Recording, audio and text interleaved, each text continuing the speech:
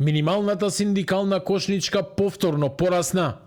Во февруари за основните трошоци за едно 4-члено семејство биле потребни 67.382 денари, речиси 1000 повеќе од јануари. Според пресметките на Сојузот на синдикати на Македонија, растот за само еден месец изнесува 969 денари. Ако семејството живее под кирија во стан од 60 квадрати, месечните минимални трошоци се искачуваат на 82.757 денари. Првиот човек на ССМ Слободан Трендафилов вели дека поскапувањата се многу поголеми од најавеното усогласување на платите. За 2 месеци од почетокот на годината веќе го изведе најавеното усогласување на минималната плата кое функционерите сакаат да им го дадат на работниците за 1500 денари, односно вредноста и секое семејство на работниците е посиромашно за 2000 денари за само 2 месеци. За 24 месеци, односно онолку време колку што одбиваат да зголемат минималната плата, вредноста на синдикалната минимална кошница е зголемена за повеќе од 10.000 денари.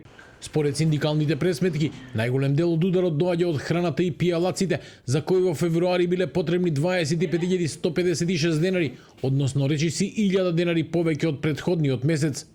Вкупната кошничка во однос на лани во февруари е повисока за 3.609 денари, а во споредба со 2022 година за повеќе од фантастични 30.000 денари. Токму храната и пијалаците се категоријата во која и Државниот завод за статистика измери поскапување од 5,2% на годишно ниво.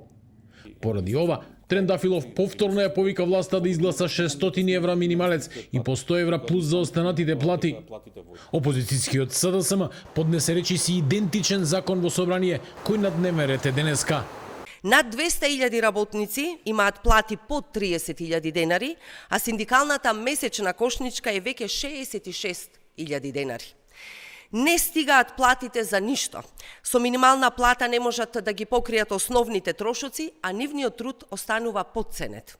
Бараме парите што власта ги планираше за нов авион да се пренасочат за минимална плата од 600 евра за сите работници.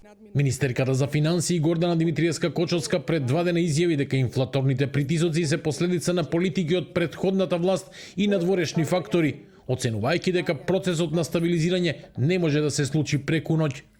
Премиерот Христијан Мицкоски порача дека очекува инфлацијата во наредните месеци да се движи под 3% и дека трендот е сличен како во повеќето земји од регионот.